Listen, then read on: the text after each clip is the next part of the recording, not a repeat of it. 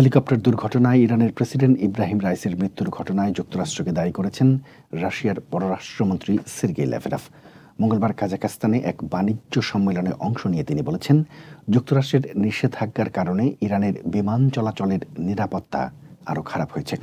এর আগে রোববার ইরানের উত্তর পশ্চিমাঞ্চলীয় এক পার্বত্য অঞ্চলে প্রেসিডেন্ট ইব্রাহিম রাইসি ও পররাষ্ট্রমন্ত্রী আমির আবদুল্লাহিয়ান সহ 9 উচ্চপদস্থ কর্মকর্তাকে বহনকারী হেলিকপ্টার বিধ্বস্ত হয়। এ দুর্ঘটনায় রাইসি সহ হেলিকপ্টারের সব আরোহী নিহত হয়েছেন। বিধ্বস্ত হেলিকপ্টারটি যুক্তরাষ্ট্রের তৈরি বেল 212 মডেলের। পূর্ব আজারবাইজান প্রদেশের পাহাড়ি ও তুষারবৃত এলাকায় হেলিকপ্টারের ধ্বংসাবশেষ খুঁজে পায় উদ্ধারকারী দল। হেলিকপ্টারটি কানাডিয়ান সামরিক বাহিনীর জন্য 1960-এর দশকে তৈরি করা হয়েছিল। 1979 সালের ইরানি বিপ্লবের পর তেহরানের বিরুদ্ধে যুক্তরাষ্ট্র ও আন্তর্জাতিক নিষেধাজ্ঞার দশক শুরু হয়েছিল। ওই সময়ের পর ইরানের কাছে কোনো সামরিক অস্ত্র বিক্রি করেনি যুক্তরাষ্ট্র। 1979 সালের ইসলামী বিপ্লবের আগে শাহের শাসনামলে বেল হেলিকপ্টারের অন্যতম প্রধান ক্রেতা ছিল ইরান।